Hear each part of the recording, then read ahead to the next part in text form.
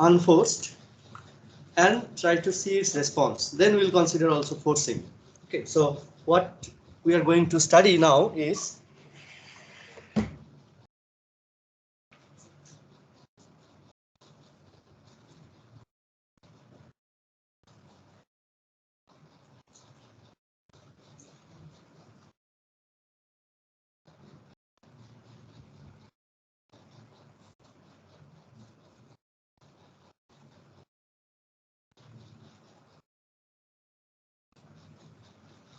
single degree of freedom system. That means that we have only one generalized coordinate, okay, to describe the system. So it may be made of a number of bodies. So that does not matter. What matters is that the entire configuration has to be expressed, can be expressed with the help of a single variable, okay, a single parameter. So this is a single variable which is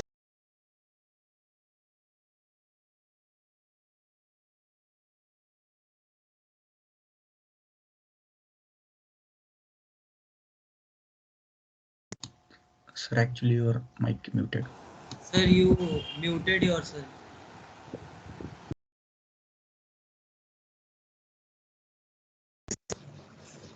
I don't know, maybe it was there. So did you hear what I said earlier up to the single degree of freedom system? Please repeat once again. So we are going to study now the single degree of freedom system, and the character of the single degree of freedom system is that the entire system can be described with the help of a single parameter q. Okay, so a single variable, which is, I said parameter, but anyway, this is a variable because this varies with time. So a single variable, with q can describe the entire system. So now, if you recall back the discussion which we had in last class, then the linear system. So if the system is linear, okay, I'll consider also there is no parametric excitation, so parameters are not time varying.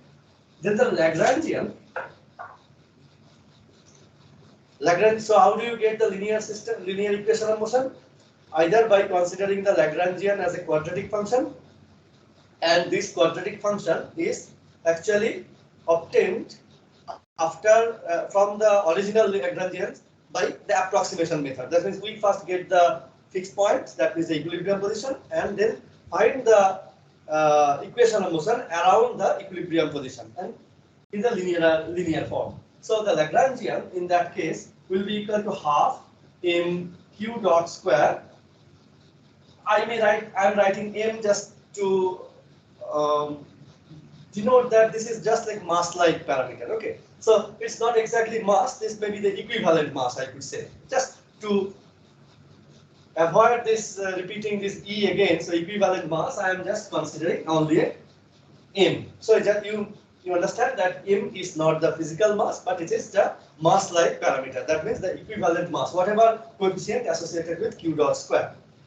And then there may be something, maybe this is lambda q dot, and this may be minus half k q square, where k is again this like the equivalent spring constant or equivalent stiffness of the spring. So k is actually ke, which means that this is the coefficient associated with q square in the Lagrangian. In the actual problem, you have to find out the Lagrangian. Then this k is the coefficient associated with q square. Now, to derive the equation of motion, I need del L del q dot, which is equal to mq dot plus lambda q. We also need del L del q, which is lambda q dot minus kq. Okay. So these are the three quantities, and then we get the equation of motion d dt of del L del Q dot minus del L del Q. This is equal to 0, which will give us d dt of mq dot plus lambda q minus lambda q dot minus a q. This is equal to 0. So now it is easy to see now that m q double dot plus lambda q dot minus lambda q dot plus aq equal to 0. So lambda q dot and lambda q dot gets cancelled and you get mq double dot plus aq equal to 0. This is the equation of motion of a linear single freedom system. Is there any doubt? You note that the term lambda, this did not appear in the in the equation. Actually, I cannot explain why it did not appear from here. It comes from another principle in mechanics, which is the principle of least action. So it's a different thing, but one thing you note that this lambda term is not appearing in the equation of motion. So lambda is actually this term q dot. This term is actually a superfluous term. There is no need of this term. But well, you will see later on that if you have a 2 degree of freedom system, then sometimes this kind of mixed term may contribute to the equation of motion. So this is the equation of motion. We have mq dot plus kq. And now if you use now What is the lambda here? yes, What is lambda here? lambda is the part. Say if I wrote, I mean, if you remember, if you look back, then this is half mq dot square plus lambda q dot minus half aq square. This is the Lagrangian. So lambda q dot is the term which is contributed by q and q dot jointly. Okay.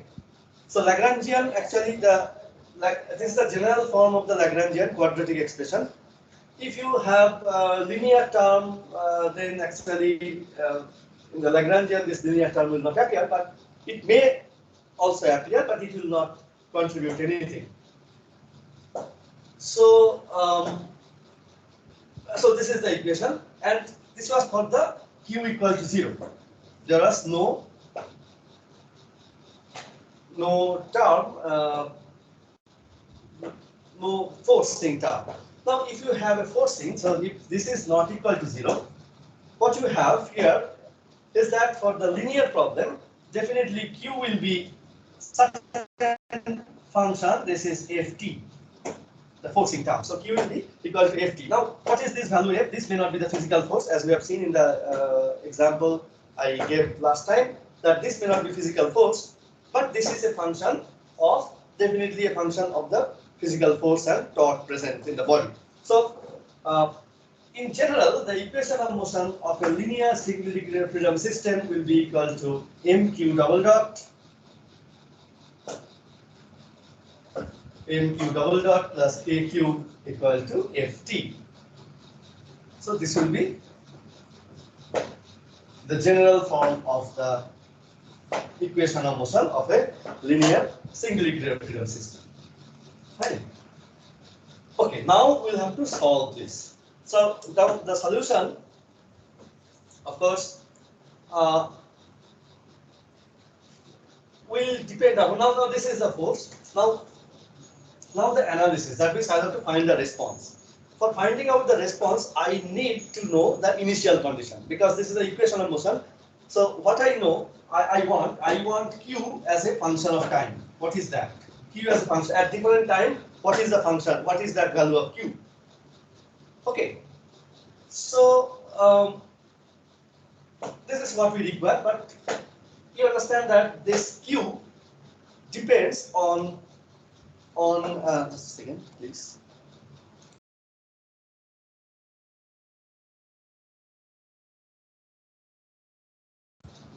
So the response depends on the initial condition. That is, we must know the value of q at t equal to 0. Let me consider this as q naught, and also the q dot at t equal to 0, that means the initial velocity, that may be considered q naught dot. So these are the initial conditions which are given to us. We have to find out what is the value of this one, okay, qt for all time. So this is our objective, to find out the response given this equation of motion and the initial conditions. So initial conditions are needed.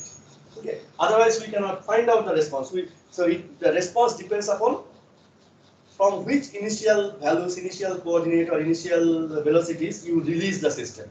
And of course, depends upon the force, but it does depend on the initial values. So these are given things. So those are given. This is the equation. I should say that these are given, and to find out this thing. The question is to find out the response. Okay. So this will be our task for some time. We'll solve this problem, but we'll solve in a different way. Normally, you have learned in your undergraduate. Okay. So we'll solve by Laplace transform technique or Fourier transform technique. So we'll use the transformation calculus to find out the solution of this problem. Okay, so that is the problem clear. So this is our objective. We have to find out the response. May I erase this? Okay. Now, before we solve this, let us try to get some mathematical tools.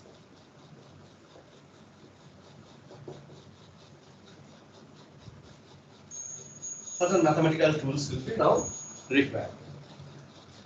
Now suppose we have a function, let us say ft. We have a function ft. T can be from minus infinity to plus infinity. T can be from anywhere. Now I want to find out, so let me just recall.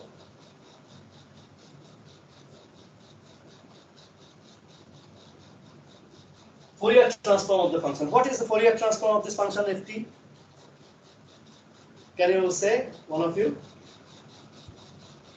The Fourier transform of this function ft.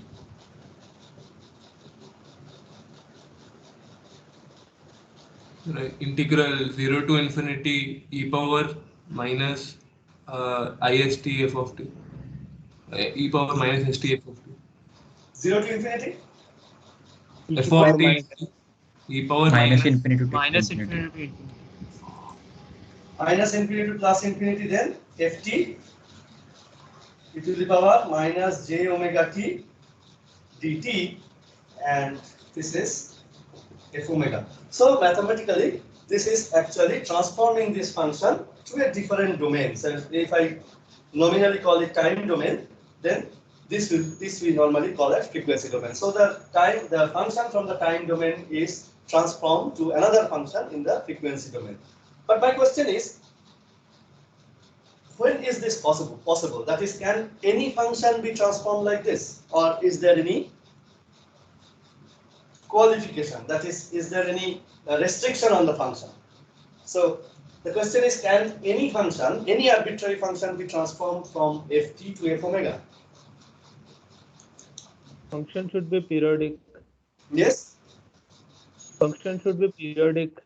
If function is periodic, I'll show that this cannot be done like this in a general sense. But there are some extensions which will do that. But in a general sense, just like taking any regular functions, we cannot find out the Fourier transform of a simple periodic function like sine omega t or so. Okay, we'll have to take help of a more generalized functions. Okay, it's not like a regular function. It will be kind of more general, is we call the generalized function. So the Fourier transform will be in terms of the generalized functions, not a regular function. But the the minimum requirement for ft to have the Fourier transform is that ft should not be discontinuous. Okay, if it is discontinuous, then it will be discontinuous almost a countable number of points. So you can take the Fourier transform. Suppose you have t and ft You can take the Fourier transform of like this function, like this. It is possible. Okay, it is possible because it has discontinuity at number of points. Let us say T1, T2, and T3, and so on. So it is discontinuous at some point. So it is possible to get the Fourier transform of this function. So the discontinuity, if it, at least if it is there, or if it is not defined at certain point, then it has to be only in the countable finite number of points. But now if you have a function like this, if you have, let us say this is T0 and maybe it is not defined over an interval, that is from this interval to this interval, over an interval, so it is not defined there, it is infinite over this interval. So for this kind of function, you cannot get the Fourier transform. So if the Fourier transform is to be obtained, then the function is to have discontinuity only at most finite number of points. Okay, so that is the requirement. Another requirement, which is more important for us, is that this function will be such that from minus infinity to infinity, ft square dt, that has to be actually a finite. Okay, so with the square of the function, if you integrate over this entire domain, minus infinity to plus infinity, then that has to be finite. Otherwise, you cannot ensure that this integral will exist.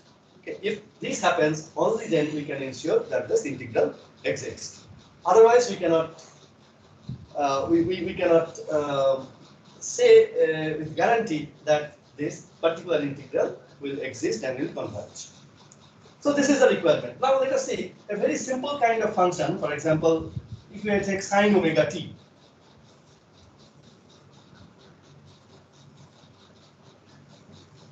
So let us say sine omega t. Okay. Now, suppose this is minus 1, 1 to minus 1. Simple sine omega t.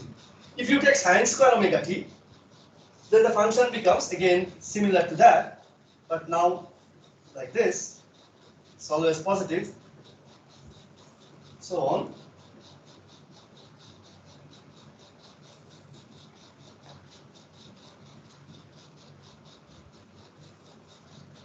Like this. So you see this integral will be infinite. Okay, because everywhere it is positive and it is going to infinity, plus infinity and minus infinity this side. So it is actually in the infinite integral and always positive. So it is summing up all the positive quantities over minus infinity to plus infinity. So this becomes actually goes to infinity.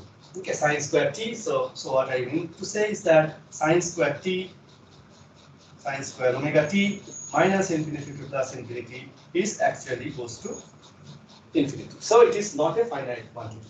So in a sense, if you consider this integral, the f omega minus infinity to plus infinity ft e to the power I or j omega t dt, this actually does not exist. Okay, so this integral cannot be obtained because this integral will not converge. The integration has to exist, otherwise we cannot get f omega. Now the question is, this function is very common in vibration and in engineering as such. So what will be the Fourier transform of this function? Sine omega t. Regularly, as a regular function, it cannot exist. So what will be the function? How does it look like, the Fourier transform? The Fourier transform of this function, what will be the function? Can anyone tell? What is the Fourier transform of sine omega t?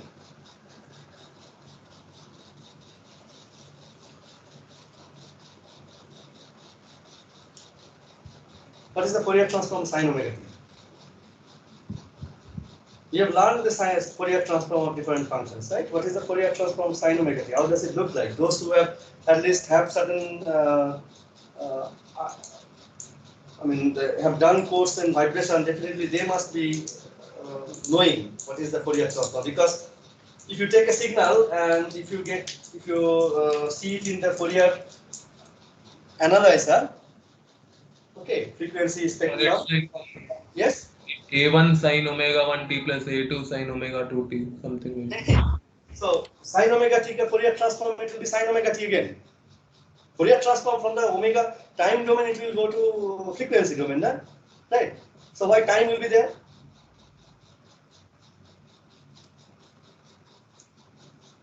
Okay, let us say sine omega star t, that is the function.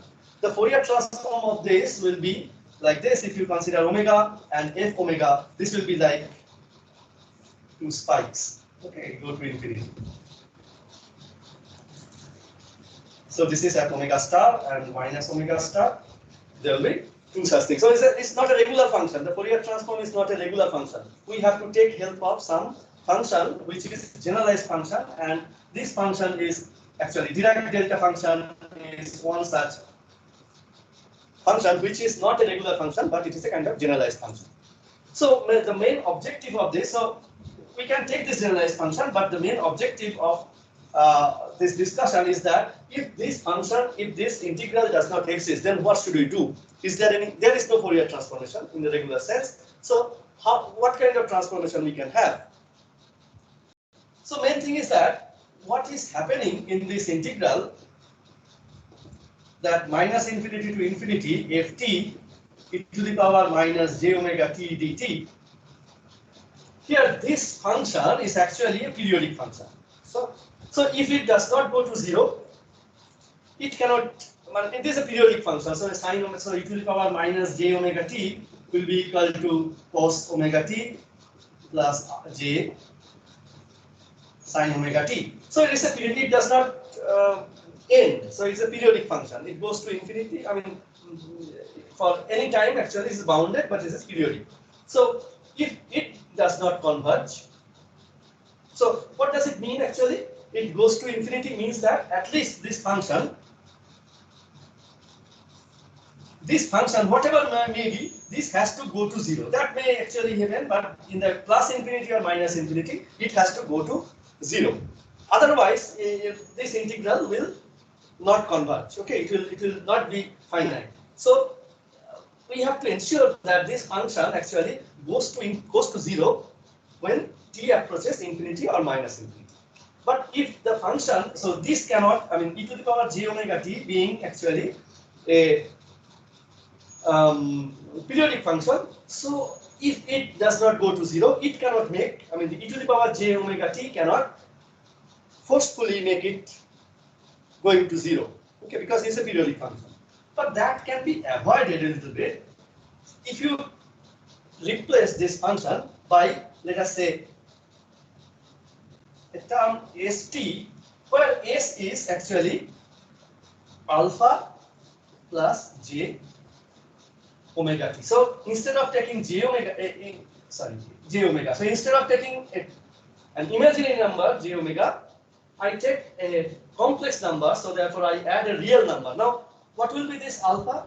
This alpha will be selected in such a way that ft goes to, and this integral actually, this gets satisfied. So therefore, what we have to consider that for this particular function, so this is actually, we guarantee now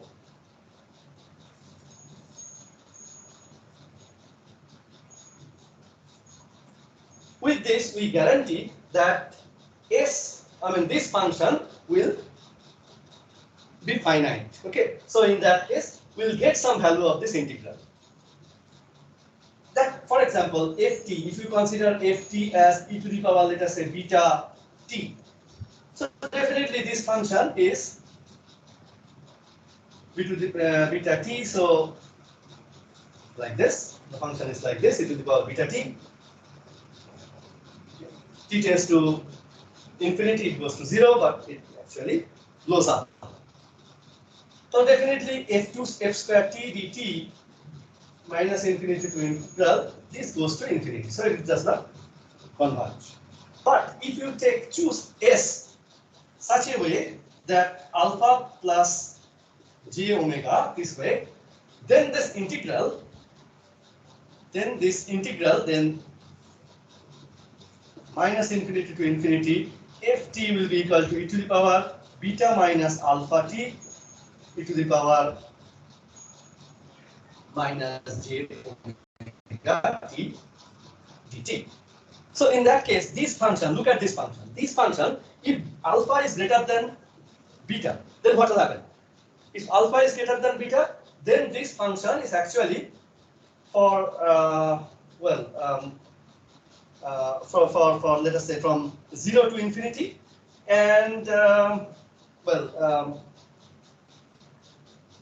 okay, it will make a little complicated one, but let me say that I have a function ft which is 0 otherwise, but functions like that. So for actually what is the problem is that if alpha greater than beta, then for t positive value it will converge, it will go to 0 at when it tends to infinity, but t negative value it will again go up. So I have to select the value beta in such a way that this actually goes to 0 in both the sides. So I take this function simply by function, otherwise it will make more complicated. So function is that e to the power beta t, something like that. So and 0 so therefore if I take e to the power beta e to the power beta minus alpha t and 0 to infinity, and for let us say minus infinity to infinity, minus infinity to 0, e to the power let us say minus alpha t. So no, it is 0 all the time. So therefore 0 into e to the power. Sir, are you selecting different alpha for different sides, or no. I have to select a single alpha. The alpha it has to be selected such a way that this integral converges. So for this function, actually, if I take any value of alpha which is greater than 0, because this integrand is actually 0, ft function I have chosen like that. So in that case, whatever value of alpha I take in the negative side, it will be automatically 0. Okay, so that is what I am changing the function to this kind of function. For t greater than 0, this is e to the power alpha beta t. For t less than or equal to 0, it is 0. Okay, this kind of function. And in that case, we guarantee that this will be converging. So what I want to impress upon you that from this transformation may not exist, the Fourier transformation may not exist for some function, but we can always get a value of alpha such that this integral will exist. And this transformation is called the Laplace transformation.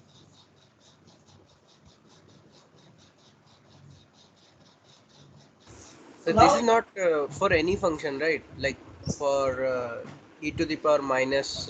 Whatever function we can get guaranteed, because what will happen that this function. So for e to the power minus xt at minus. Let us say e to the power t square. Okay, e to the power t square. So this function may not be. We may not get the e to the power t square. Let us say, and so it is going up, and it is coming down linearly.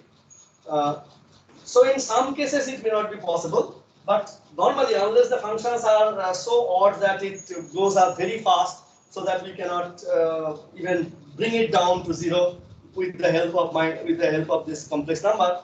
So what about e to the power minus x? What about e to the power minus t? E to the power minus? Yeah, the one you took before, e to the power minus t. At minus infinity, it was going to infinity, right? E to the power minus t, then I do not have to take s value. So e to the power minus t, for example. Okay. So e to the power minus t, and then I take e to the power, let us say, minus st. Okay. So I'll take here alpha value to be negative. Okay, e to the power minus t. So what I'll take? I'll take to be this one. Let us say minus infinity to infinity.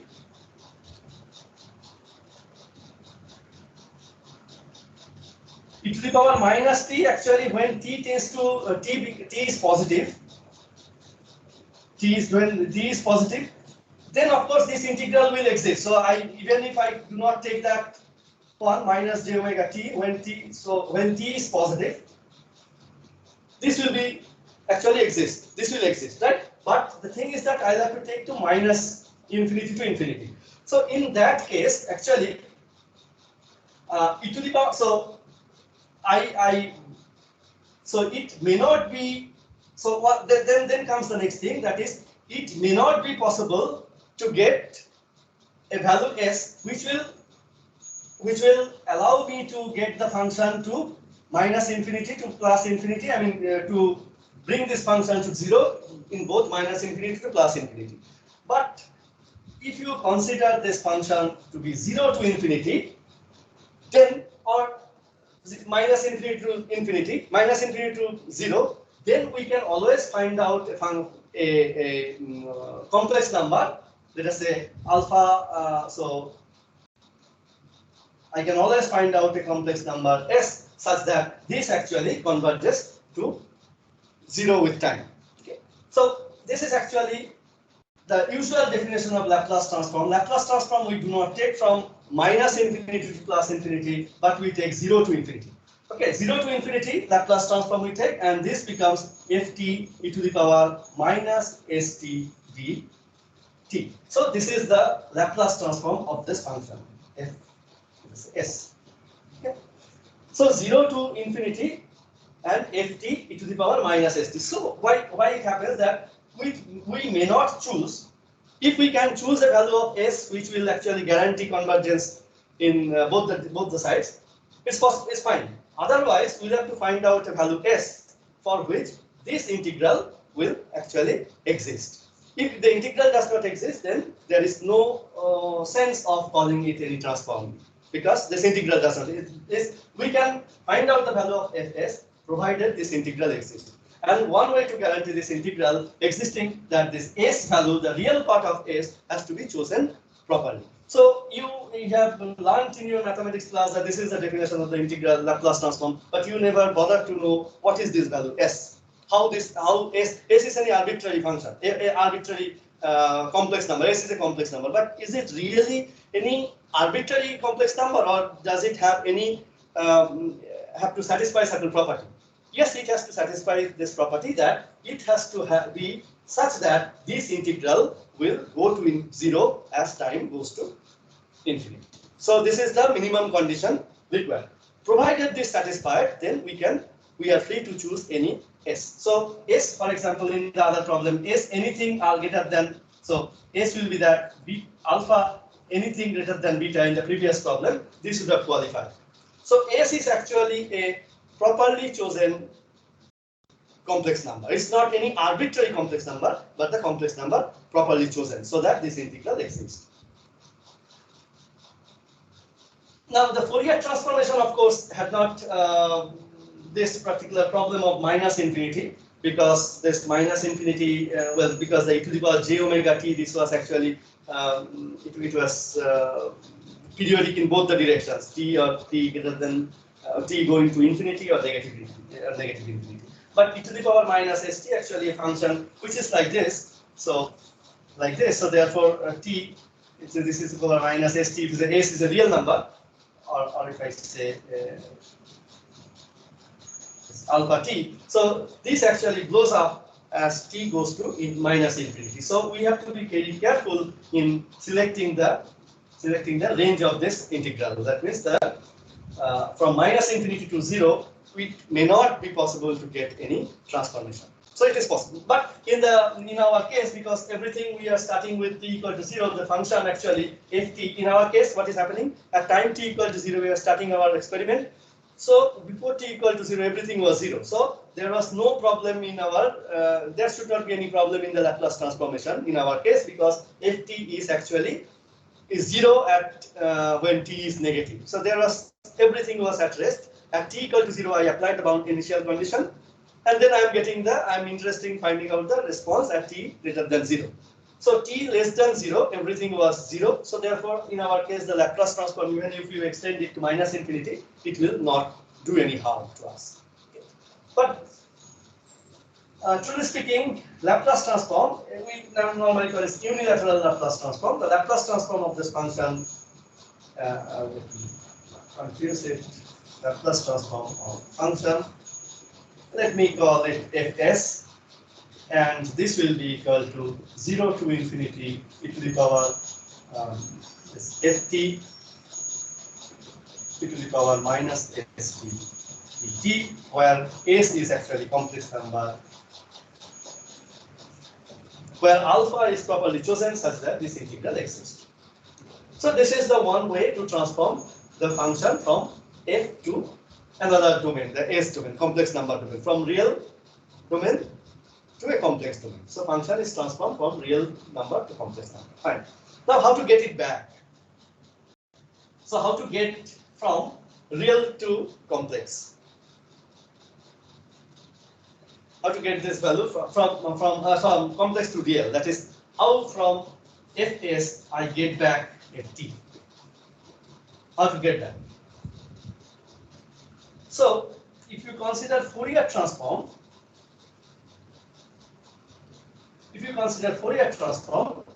then ft, what is the Fourier transform? How we get the inverse Fourier transform? That is how to get ft from f omega. What is the expression for getting ft from f omega?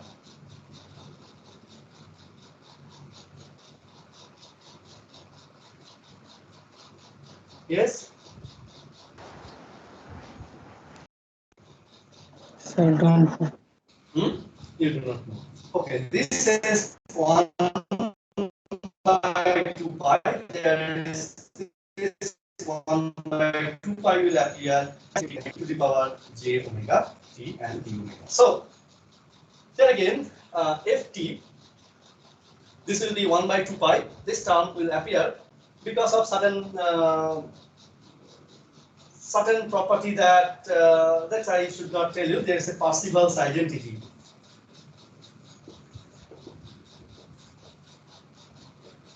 That shows that ft square dt minus infinity plus infinity has to be equal to f omega square d omega minus infinity to infinity. It has to satisfy. So therefore, this means that this is the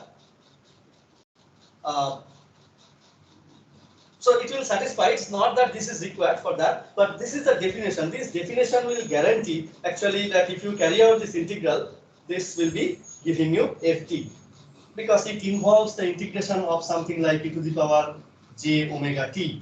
This d omega, let us say minus infinity to infinity. What will be that? This actually kind of, this is 1 by 2 pi delta omega minus omega. If it is omega star, omega, so this will be delta omega. So it's a kind of thing which you need not bother about at this stage. But what is the definition of the inverse Fourier transformation is this.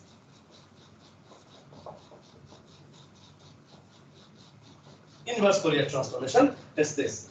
Now, what we see here is that in the similar, so what we do for the Laplace transform? Laplace transform, what we did, we took the function ft e to the power minus j omega t dt, okay, and instead of j omega, I replaced it to s.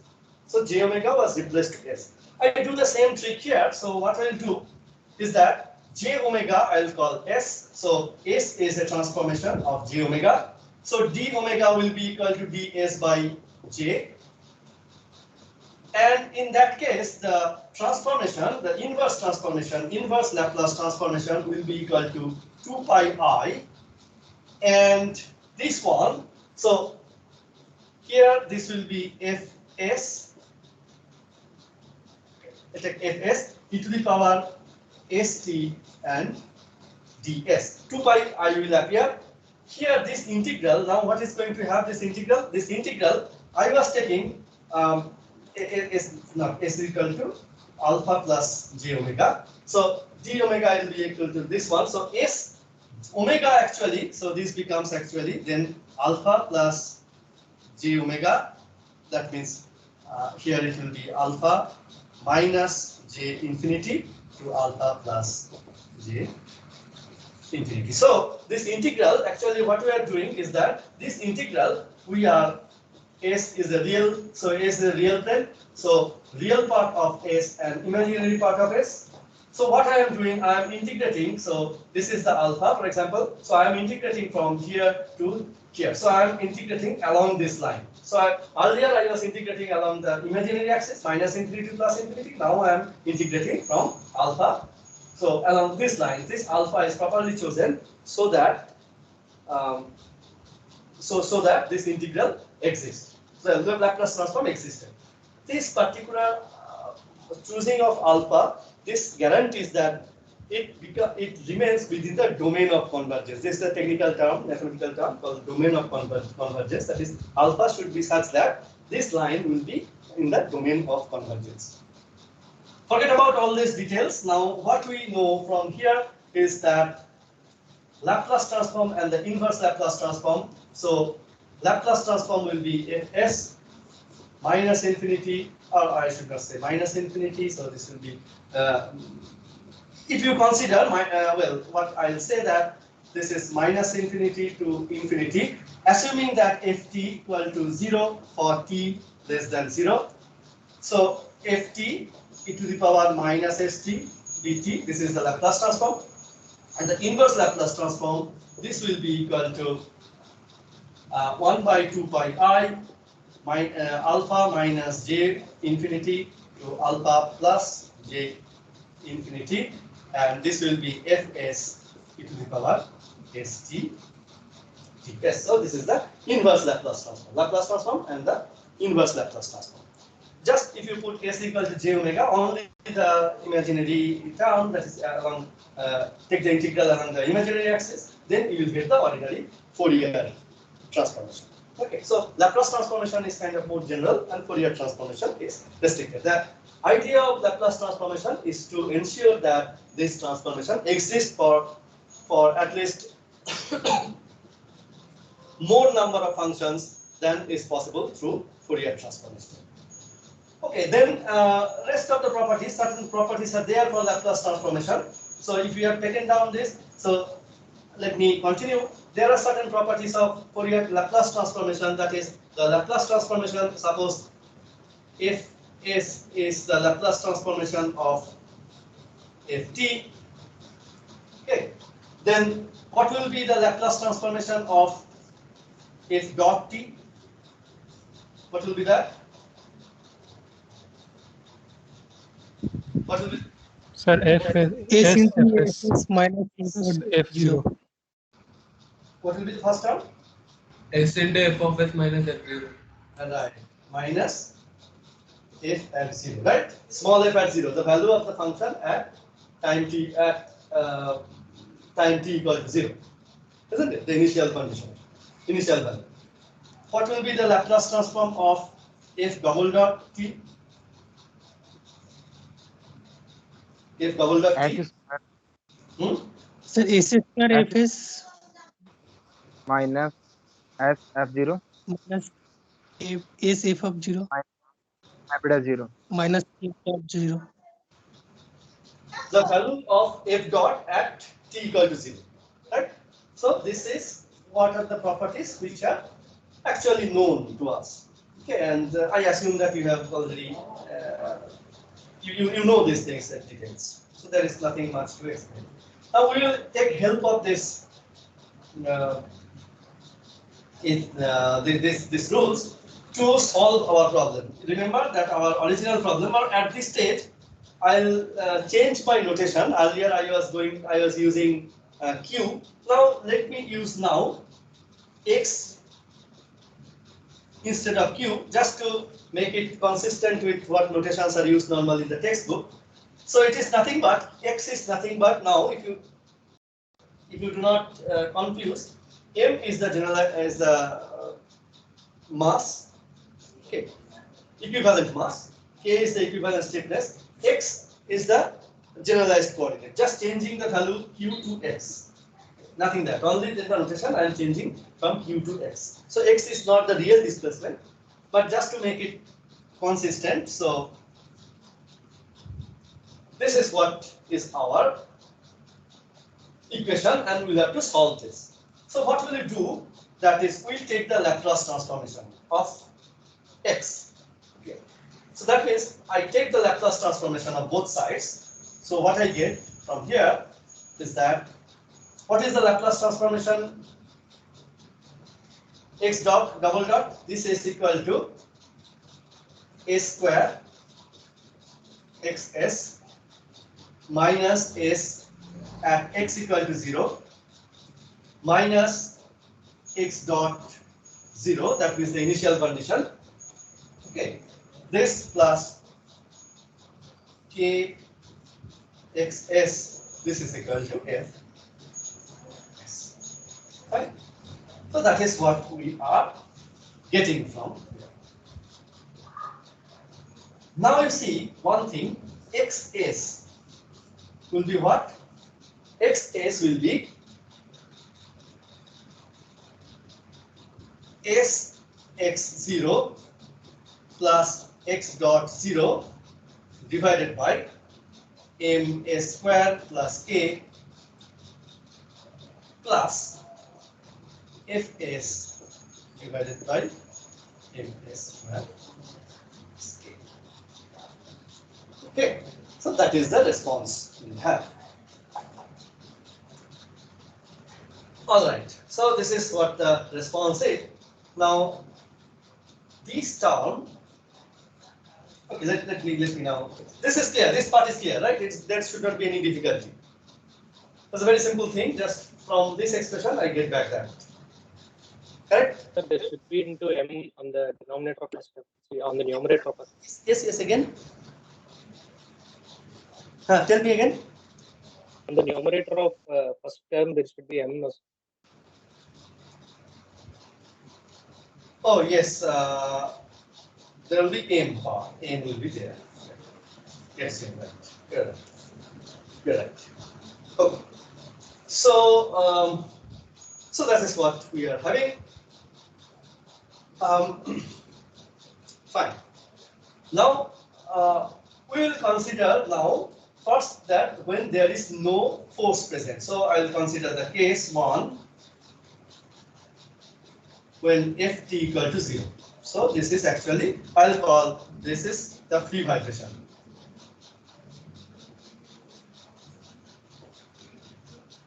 Free vibration problem. Let us first start with the free vibration problem. It is very simple. Okay. In the free vibration problem, what we have, xs will be equal to m. So this will be s x0 plus x dot 0 divided by s square plus k by m, I denote is by omega n, where omega n square equal to k by m. I'll call this omega n as the natural frequency of the system. Why natural frequency? It will be very clear from here. Now, so this is what ft equal to 0 I am considering first. So now what is fs, xt from here? So what will be xt? Can you tell? Now you remember now the inverse Laplace transformation.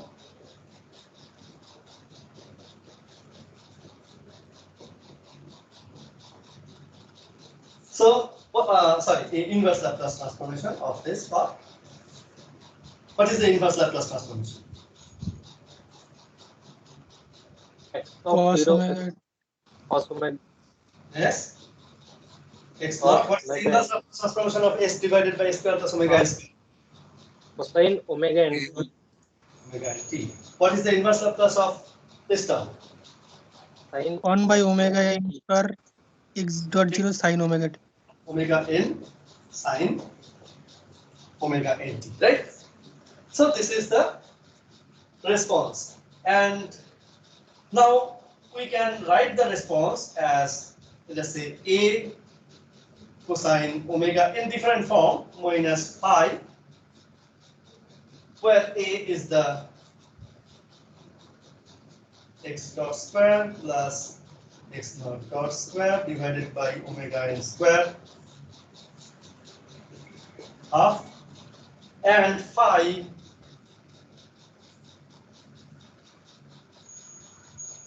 is x dot 0 divided by omega n.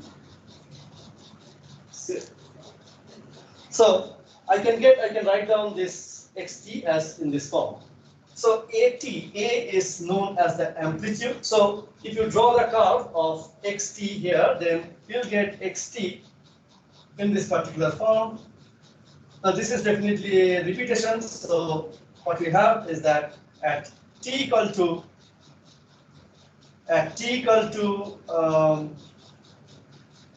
0, it will be cosine phi, a cosine phi. So at t equal to, let us say, so something like this, it will be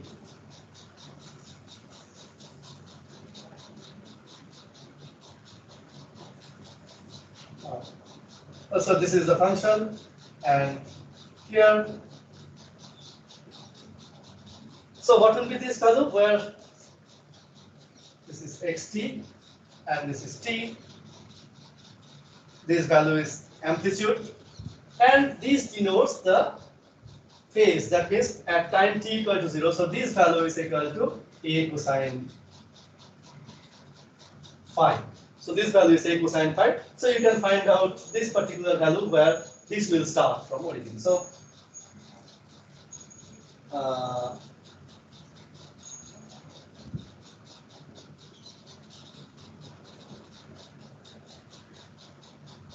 okay.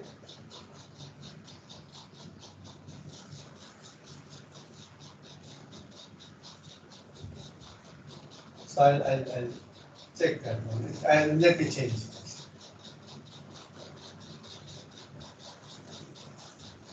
So this actually goes to 1 at a certain time because it's a cosine function. Previously I drew for the sine function. Now it actually is a cosine function. So this becomes actually a cosine phi. So it is actually at phi equal to at this time. This is actually phi by omega n. This becomes maximum. Okay, so at time t equal to at time t phi by omega n times 4 t equal to 0, it will reach maximum position. So you can draw this part. So there is nothing very special about this. You can try and draw very well. So this is part. This A is the amplitude, and here you see that this is actually a motion which is oscillating. And this is the time period 2 pi omega n time period. So it is moving with a frequency omega n, and because it's a natural motion, so we call it a natural frequency. So the frequency which is actually is there by nature of the system. So this frequency. So if you do not do anything, just leave it, so it will vibrate. So it's a natural frequency of the system. Okay. Excuse me, sir. Yeah. Sir, our next classes has started. Okay. So I'll not. So tomorrow, the next class, I'll begin the discussion on the force vibration. This part will go very fast because I don't want to waste time here. You know everything, almost everything of free vibration, to some extent force vibration. So this few lectures I'll go a little bit fast, and if you have any doubt, then you can definitely discuss. You can hold me back. But otherwise, I'll try to go a little fast because I want to spend more time in the more advanced topics like multi-degree of freedom system vibration and some others. Okay. So we are now almost to the end of the class. If you have any doubt, you may ask. Otherwise, you may leave. Sir, I'm Shonak Banerjee. Can you please? I'm doing MTP under you, and I asked. Sir, yes, sir. I was asking that. Can you please send the? I sent. You check your mail. I sent today morning. Okay. Sorry, sir. I guess I didn't see. No, it's okay. You check your mail. Okay, sir. Any other question, please?